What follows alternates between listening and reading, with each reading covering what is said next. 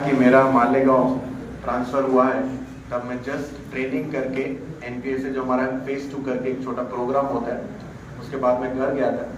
घर पे उस समय पे मेरे को किसी का फ़ोन कॉल आया है कि यार अपनी लिस्ट में एक आदमी है जिसका मालेगांव हुआ है।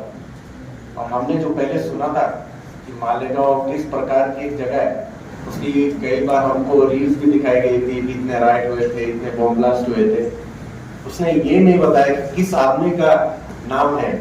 तो कहीं ना कहीं उस रात में मेरे को लगा कि ये पक्का मेरे नंबर लगा। मैंने रात में गूगल किया, सबसे अच्छी बात ये पता लगी कि मालेगांव नासिक में, तो नासिक जाने का मौका मिलेगा, नासिक में ही रहेंगे।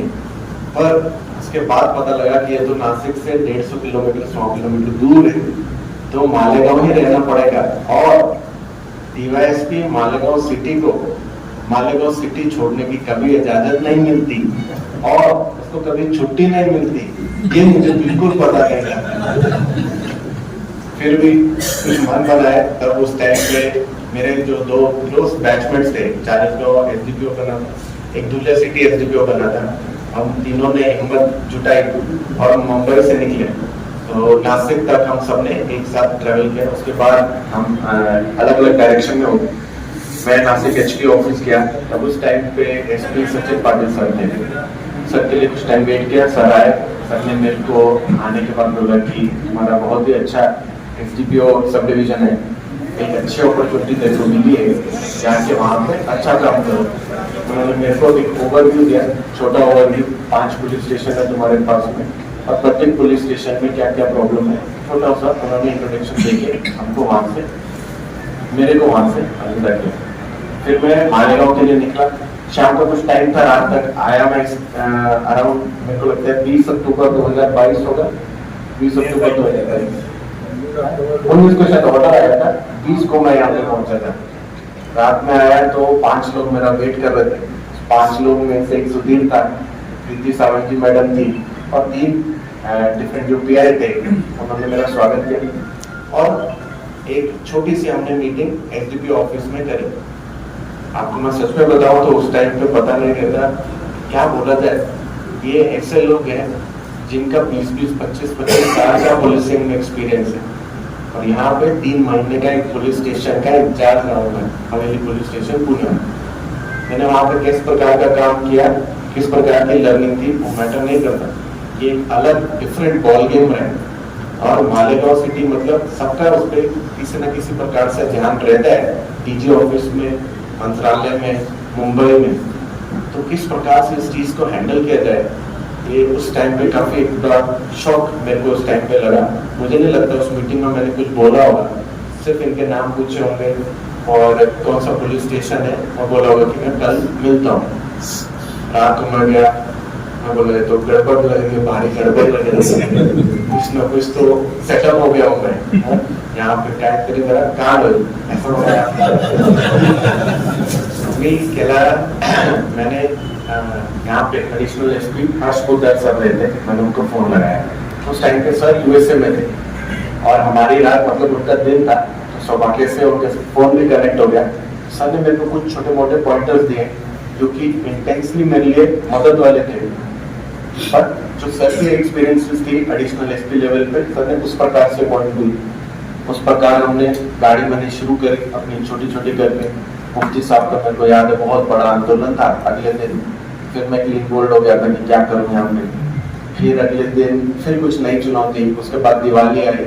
मुझे याद है इमरान था उस टाइम पे, इमरान ने 10 दिन की छुट्टी मांगी थी और मेरे को, मैंने जो छुट्टी मांगी थी वो तो कैंसिल, किसी प्रकार की तुमको छुट्टी नहीं मिलेगी। इमरान को मैंने 10 दिन की छुट्टी दे दी। तब उस टाइम पे सोचा था कि इमरान आएगा तो कुछ शुरू करता हूँ, वापस कुछ कोई रेड करना शुरू करता हूँ, क्या करूँ कुछ समझ नहीं आ रहा। फिर मैंने दिनेश को बुलाया। किसी ने तो मेरे को नाम दिया कि दिनेश शरावत करके कांस्टेबल है पवारवाड़ी का, कि उसको तुम अपनी टीम में ले लो। मैंने दिनेश को बुलाया। दिनेश बोला सर मैं काम नहीं करता, मेरे को पुलिस स्टेशन छोड़ दो, मैं बड़े ऑफिसर के लिए काम नहीं करता, बड़े ऑफिसर के अलग प्रॉब्लम्स रहते हैं। मैं बोला यार कोई प्रॉब्लम नहीं, तू काम कर, अच्छा काम कर, बस उतना ही तरह से अपेक्षा है। बस कहीं वहीं से एक गाड़ी शुरू हुई। इमरान वापस आया, इमरान वापस आने पे इमरान सर दिनेश ने पहले स्टार्टिंग में शुरू किया। मेरे पास उस टाइम पे रीडर होता था शैलेश, उसी टाइम पे सचिन पाटिल सर की बदली हुई, उमाप सर आए। उमाप सर के आने पे पॉजिटिविटी की लहर जो थी वो गांव में जरूर फैली, क्योंकि सर का एक टेम्परामेंट था क्योंकि सबको बहुत पसंद आया था। उसी टाइम पे भारती सर आए थे। हम एकदम नई टीम थी और एकदम नए एक्सपेरिमेंट करने के लिए हम सब लोग करेंगे क्या कि कोई पहले दिन तो नहीं डरा था मेरे को। मैं मिलन होटल में जाके खड़ा हुआ पहले दिन, वहां पे गाड़ी अपने लगाई, खड़ा हुआ, एक आदमी ने दुकान बंद नहीं करी। तुम रहोगे एनजीपीओ अपने, हम नहीं बंद करेंगे। मेरे को लगा कि थोड़ा सा यहाँ पे ट्यूनिंग चेंज करके इस चीज की इन्फोर्समेंट करवानी पड़ेगी। उसका एक मेजर कारण उस पॉइंट ऑफ टाइम पे ये था कि एनालिसिस जब मैंने किया क्राइम्स का, तो रात में क्राइम की जो इंटेंसिटी थी वो बहुत ज्यादा थी। मैं आपको बताऊं, आप लोग शायद भूल गए होंगे या मालूम नहीं, रात में कटर लगाते थे, वो मोबाइल फोन चुराते थे, वॉलेट चुराते थे, और आम होता था। हर रोज एक दो इंसिडेंट आते ही आते थे। तो पावरवाड़ी में तो it was a big news. Cutter लगाना, मारना, कोई भी किसी भी प्रकार का नशा किया हुआ था वो मारता था और आगे शुरू हो जाती थी। फिर कोई किसी के पीछे जाता था, वो देखता था उसको कि वो तो रेस्टोरेंट पे बैठा है, 1 बजे है 2 बजे है, वो रेस्टोरेंट फोड़ देने का, पूरा रेस्टोरेंट खत्म कर देने का। सो देयरफॉर मेरे को इस चीज की रियलाइजेशन हुई कि ये इंटेंसिटी जो रात को है, इसको मेरे को किसी न किसी तरीके बंद करना पड़ेगा। उस टाइम पे टीआई जो लोग थे मेरे पास में थे, सभी अच्छी टीम मेरे को मिली थी, पर होता क्या है कि लैक ऑफ एक्सपीरियंस रहते हैं ऑफिसर का, और वो आते हैं तो सभी को शक की नजर से देखते हैं कि ये मेरी बात नहीं मान रहा, ये मेरी बात के आगे जा रहा है, ये शायद कुछ अलग सोच रहा होगा। तो उस प्रकार से मेरा गुस्सा भी बहुत ज्यादा उस टाइम पे रहता था। पर उस गुस्से का एक फायदा ऐसा हुआ कि जो उनके मन में धारणा थी कि मारेगा और आपको बंद नहीं हो सकता, वो कहीं ना कहीं वो चेंज होने लगी, और इतनी चेंज होने लगी। और इसमें मैं सबको भी प्रशंसा करता हूँ कि उन्होंने जामा मस्जिद से ऐलान भी किया था कि रात में दुकानें बंद करो, एक एसडीपीओ है वो बंद कर रहा है, आप उसकी मदद करो। तो इस प्रकार से हमने वो चीज को शुरुआत करी। सिंपली एक यही कारण था कि लोग जो रिकामे हैं वो रात में घूमे मत, और वो कटर की घटनाएं कम हो, और लोगों को परेशानी कम हो, और जो रेस्टोरेंट फूट रहे हैं वो भी बंद हो। सिर्फ इसी हेतु से आगे मैंने प्रोसीड किया। उस टाइम पे मैं आपको बताऊं तो मैं बहुत लकी था कि ये सब जो मैं एक्सपेरिमेंट कर रहा था, किसी को भी जाता था लाठी से मारना, हाथ से मारना, गाली गलौज करना, ये जो भी एक तरीका था, उससे कुछ एक लॉ एंड ऑर्डर नहीं हुआ। अगर हुआ तो भारती सर ने और उमाप सर ने उसको टाइम पे हैंडल किया और मेरे को दिखाया कि ये सब चीजें हम बैकग्राउंड से हैंडल कर रहे हैं, तो आगे बढ़े। तो उस चीज से जो कॉन्फिडेंस मेरे को आया, उससे मैंने नेक्स्ट अपना जो भी एक्सपेरिमेंट था मन में वो चालू किया। वो जो नेक्स्ट एक्सपेरिमेंट था, और जिसके लिए बहुत सारे लोग मेरे को बोलते भी हैं कि सर आपने वो वाला मोड जो था छोड़ दिया आपने और दूसरा मोड पकड़ लिया। उसका एक सिंपल ये कारण है कि डंडा मारना और लोगों को पिटाई करनी एक सस्टेनेबल सोल्यूशन नहीं है पुलिसिंग का। आज मैं यहाँ पे हूँ, मैं डंडा मार रहा हूँ, मैं लाठी मार रहा हूँ, मैं गाली गलौज कर रहा हूँ, ये मैं कर रहा हूँ। अगर मैं बदल के यहाँ पे चला गया तो कोई नया ऑफिसर आएगा, वो सेम टेम्परामेंट का नहीं होगा। तो ये कोई सस्टेनेबल सोल्यूशन नहीं है पुलिसिंग का। इसको सस्टेनेबल बनाने के लिए मतलब अगर मैं हूँ यहाँ पे, मेरे बाद दर्शन है, दर्शन के बाद सूरज है, सूरज के बाद कोई भी आए, वो उस चीज को और आगे बढ़ा सके, तो मेरे को कुछ ऐसी चीज ढूंढनी पड़ेगी। इसी चीज का डिस्कशन में दुनिया सिटी का जो मेरा बैचमेट था ऋषिकेश, उसके साथ कर रहा था। तो वो मैंने बोला तू उधर क्या कर रहा है? बोला मैं भी तेरी तरह डंडे मार रहा हूँ। तो बोले तू भी डंडे मार रहा है, तो अपने को तो ट्रेनिंग कुछ और मिली है। हाँ यार बात तो सही कह रहे हैं, अपने को वहाँ पे पढ़ाई लिखाई करवाई गई है, अपने को वहाँ पे स्पेशल एक्ट पढ़ाए गए हैं, अपने को वहाँ पे हमारी क्या क्या पावर्स है सबके बारे में जानने कर रहे हैं, तो वो तो यूटिलाइज कर ही नहीं रहे। उसी दौर में हमने फर्स्ट टाइम कुत्ता बोली के ऊपर एनडीपीएस लगाने की शुरुआत की। ये एक सस्टेनेबल सोल्यूशन था, और ये इसलिए मैंने चेंज किया कि आज अगर मैं चला जाऊँ, दर्शन चला जाए, सूरज चला जाए, कुत्ता गोली अगर पकड़ी गई तो उसके ऊपर एनडीपीएस एक्ट लगेगा ही लगेगा। ये एक सालों साल जनरेशन टू जनरेशन एक सोल्यूशन है एक प्रॉब्लम का, क्योंकि डंडे से आगे, गाली गलौज से आगे और मार पिटाई से आगे, वैसे ही मैंने आगे और बढ़ाते हुए जब एनडीपीएस में मैंने सक्सेस देखा कि हम पकड़ना शुरुआत किए, और आपको याद होगा उस टाइम पे मैं और सुधीर पाटिल खूब फॉर्म में थे, कोई कभी भी पकड़ते थे और न्यूज कॉन्फ्रेंस लेते थे, रेगुलर रूटीनली हमारा काम लोगों के सामने आता था और लोगों ने खूब सराहना करी। इसी चीज में मैं बहुत लकी रहा कि गांव में जितने भी पॉलिटिकल लीडर्स हैं, major political leaders, Asif Sheikh साहब हो गए, मुफ्ती साहब हो गए, इजाज बेग साहब हो गए, मुस्लिम डिग्नेटरी साहब हो गए, ठीक है, डॉक्टर परवेज हो गए, ठीक है, मालिक मेयर हो गए साहब, माजिद हो गया, सब ने इस चीज में किसी भी प्रकार की रुकावट, मेरे को कभी फोन कॉल, मेरे को कभी आके मिलना कि आप इन लोगों को छोड़ दो, कभी भी नहीं करें। इतने clean political leaders Malegaon city को आज मिले, आप उनके बारे में किसी भी प्रकार का एलिगेशन लगा सकते हैं, पर मैं आपको कुर्बानी पे हाथ रख के बोलता हूँ, इन्होंने नहीं किया। ये मेरे लिए बहुत ही सक्सेसफुल चीज थी कि ये लोगों ने मेरे को सपोर्ट दिया साइड से। उसके बाद मैंने सोचा कि अभी नेक्स्ट क्या लगाया जाए, तो नेक्स्ट उस टाइम पे हमने एक एमपीडीए करके एक्ट था, वो शुरुआत करनी स्टार्ट करी। बहुत ही नई चीज थी, गांव में किसी ने लगाई नहीं थी एमपीडीए क्या होता है। मैंने एक बार, मेरे को याद है, मैंने सभी पुलिस स्टेशन में सभी अमलदार को बुला के पूछा था किसी को एमपीडीए का प्रपोजल बनाना आता है क्या, किसी को आता नहीं था। तो उस टाइम पे हमने डीवाईएसपी भुसावल कृष्णा सिंह जैसा उनका एक स्पेशल सेमिनार रखा था यहाँ पे। उस स्पेशल सेमिनार में स्पेशल अमलदार हमने यहाँ पे बिठाए और प्रत्येक पुलिस स्टेशन में एक एक अमलदार हमने बिठाए जिनको एमपीडीए की हमने ट्रेनिंग दी। आज उस एमपीडीए की ट्रेनिंग की वजह से कोई भी गुंडा जिसकी पास हिस्ट्री है, जिसने 4-5 गुने किए और अकेला गुने करता है, मतलब मौका में नहीं आएगा, संगठित गुनेगारी में नहीं आएगा, अकेला रहेगा, वो एमपीडीए के अंदर बुक हो सकता है। और ये कुशलता मालेगांव पुलिस को आज प्राप्त हुई है, तो ये सस्टेनेबल सोल्यूशन है। ये मेरी लाठी डंडे से कहीं आगे, इसलिए वो लाठी डंडे बंद किए गए, इसलिए उसके आगे सोचने का मौका सब लोगों को प्रदान किया गया। वैसे ही हमने उसके आगे और काम करते गए, कोरेक्स हो गया, एमडी हो गया, ऐसी जो विपदाएं गांव में परेशान कर रही है लोगों को और हमारे यूथ को खराब कर रही है, उसमें हमने क्या नया किया जा सकता है, किस तरीके से हमारे सेक्शंस, किस तरीके से हमारे एक्ट्स हम अच्छे से लगा सकते हैं, उसके ऊपर काम करते हुए मैं आप सभी लोगों को बताता हूँ कि 3.5 साल मेहनत के बाद में हमने पहली बार कुत्ता बोली में एनडीपीएस पवारवाड़ी के गुने में मौका लगाया। ये नंबर 1 एक अकेला ऐसा केस होगा जो महाराष्ट्र में आपको पवारवाड़ी पुलिस स्टेशन में लगाएगा। उसमें पीआई खताल साहब, एसडीपीओ सिद्धार्थ परवार, सबकी मेहनत साथ में जुड़ी हुई थी।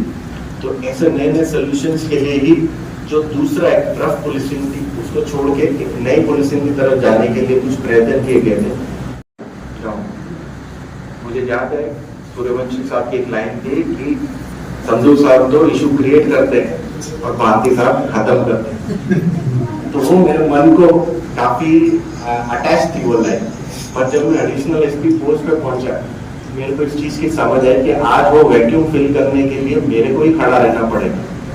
आज अगर मेरे को ही अपनी ईगो थोड़ी सी कभी कभार कम, थोड़ी सी कभी कभार ज्यादा, कभी किसी का हाथ पकड़ना, कभी दिल पे पत्थर रख के किसी के मंडल में जाना, जो कि मेरे को मालूम है कि थोड़े प्रॉब्लमेटिक लोग हैं और गांव के हित में शायद नहीं है, फिर भी मैं गया।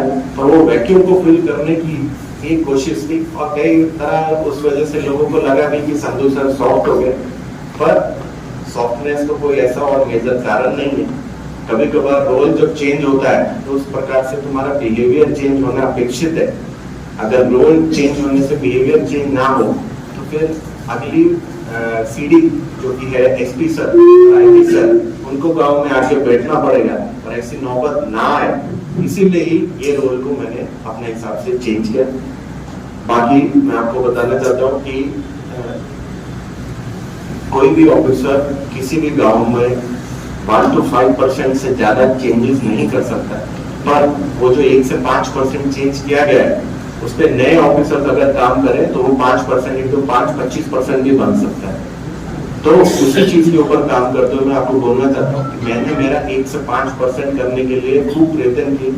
मुझे लगता है कि गाँव में आप लोगों का एनालिसिस अलग होगा, पर मेरा ऐसा एनालिसिस है कि गाँव में जो गैंग बनने की प्रोलिफरेशन थी कहीं कम हुई, चेन स्नैचिंग की घटनाएं कहीं कम हुई, कहीं कटर लगाने की घटना अभी भी होती है, मैं नहीं डिनाई करता हूँ, उसके ऊपर अपने को निरंतर काम करने की जरूरत है, पर कहीं पे भी वो थोड़ी सी कम हुई। कुत्तागोली एमडी, जिसके लिए ऐसा लग रहा था कि कहीं हम भी एक पूरे महाराष्ट्र को सप्लाई करने वाली जगह बन जाएंगे, आज तक ऐसा कोई सिचुएशन हमने यहाँ पे क्रिएट नहीं होने दिया। निरंतर हमारी रेंज इसमें चल रही है और लॉ एंड ऑर्डर पे मैं बहुत गर्व से बोल सकता हूँ, मेरे साथ जितने भी पीआई लोगों ने दिल भर के जो काम किया है, उसकी सफलता का मैं आपको एक ऐसा उदाहरण बोलता हूँ कि मालेगांव से आज बंदोबस्त लॉ एंड ऑर्डर के लिए बाहर जाता है, आता नहीं। हम बाहर बंदोबस्त प्रोवाइड करते हैं, हमको ऊपर से सूचना आती है आप अपनी एसएसपी बाहर भेज दो, आप अपने कई आरसीबी बाहर भेज दो। तो इसके लिए सारे मालेगांव टीम ने आज इस हॉल में बैठे हुए सभी लोगों ने और यहाँ के राजनीतिक लीडर में जो भी नहीं आए, जो आए, मैं सभी लोगों को यहाँ से फेस से पहचानता हूँ, सभी लोगों ने अपना योगदान दिया है, पॉजिटिवली योगदान दिया है। और इस प्रकार से मैं बोलना चाहता हूँ कि मालेगांव जरूर बदल रहा है और इस बदले हुए मालेगांव का एक अच्छा रूप अपने को आने वाले सालों में दिखेगा। आज अतिक्रमण के ऊपर एक बहुत बड़ी ड्राइव मालेगांव में जो भी यहाँ पे लीडर्स हैं जिनके हाथ में सत्ता है उन्होंने ली है और ये इतना बड़ा स्टेप है जिसके लेने के लिए कितने गट्स लगते हैं, क्योंकि एंड में एक पॉलिटिकल लीडर का सर्वाइवल उनके वोट से, उस वोट से आगे सोचना और गांव के हित में सोचना कि ये अतिक्रमण अगर एक आदमी को फायदा दे रही है तो 1000 लोगों को नुकसान भी दे रही है, तो उसी एक तरह आगे सोचना। अब उसमें एलिगेशन होना स्वाभाविक है, कार्रवाई निरंतर है, ऐसी में आप लोगों से अपेक्षा करता हूँ कि हम हमारे गांव को अतिक्रमण फ्री रखें और बार बार ये रेट होती रहे, तो कई लोगों के मन में ऐसी एक धारणा बन जाए कि अगर हमने अतिक्रमण किया है आज नहीं तो कल नहीं तो परसों हमारे ऊपर एक्शन होगा ही होगा। बस इतनी अपेक्षा से मैं चाहता हूँ कि आप लोग, आपके हाथ में सत्ता है, अभी आप गांव के लिए अपना 1 to 5% भी कर देंगे तो काम हो जाएगा। गांव मालेगांव पुलिस के लिए छोटे छोटे सुविधा के लिए मैंने कुछ प्रयत्न किए, उसमें मेरे को नासिक के जो एसपी ऑफिस से जो भी एसपी सब थे सबने मेरे को सपोर्ट किया। स्पेशली विक्रम देशमाने सर ने गांव में बंदोबस्त खूब होते, किसी के लिए भी लेडीज टॉयलेट और जेंट्स टॉयलेट उपलब्ध नहीं था, उनके द्वारा इस चीज को समझा गया। सर ने मेरे को कुछ फंड्स अलॉट किए और हमने जेंट्स टॉयलेट और एक लेडीज टॉयलेट बनाया। आगे मेरे को मालूम है मालेगांव प्रगति करेगा, 8 ताले की बिल्डिंग आएगी, पर तब तक बंदोबस्त जो भी आया हुआ है उसको छोटी मोटी सुविधा प्रोवाइड हो। छोटा मोटा मैंने अपना ऑफिस का रेनोवेशन किया, छोटा मोटा एक हॉल बनाने की कोशिश करी, ओपन हॉल जिसमें शांता कमेटी की मीटिंग दी जाएगी। और मैं यही अपेक्षा करता हूँ कि आने वाले पीआईज, ऑफिसर्स, अमलदार, एसडीपीओस, ये जो टीम रहेगी ये इसी 1 to 5% काम को आगे बढ़ाएगी और कुछ नया इंफ्रास्ट्रक्चर डेवलपमेंट मालेगांव पुलिस की जिनके हाथ में सत्ता है उनके सपोर्ट से करेगी, यही अपेक्षा रखता हूँ। आप लोगों ने मेरे को 4 सालों में खूब सहकार्य किया है, मुझे नहीं लगता कि 4 साल में ऐसा कोई भी आदमी है यहाँ पे जो मेरे कांटेक्ट में नहीं आया। किसी न किसी तरीके से हम लोगों ने एक दूसरे से बात करी ही करी और गांव में अगर कोई भी मसला उठा है उसको हमने सक्सेसफुली सॉल्व किया है और उस सक्सेसफुली सॉल्व करने की वजह से ही मुझे जालना एसपीशिप मिली है। इस चीज की मेरे को इजाजत है, यही बोल के खत्म करता हूँ। Thank you.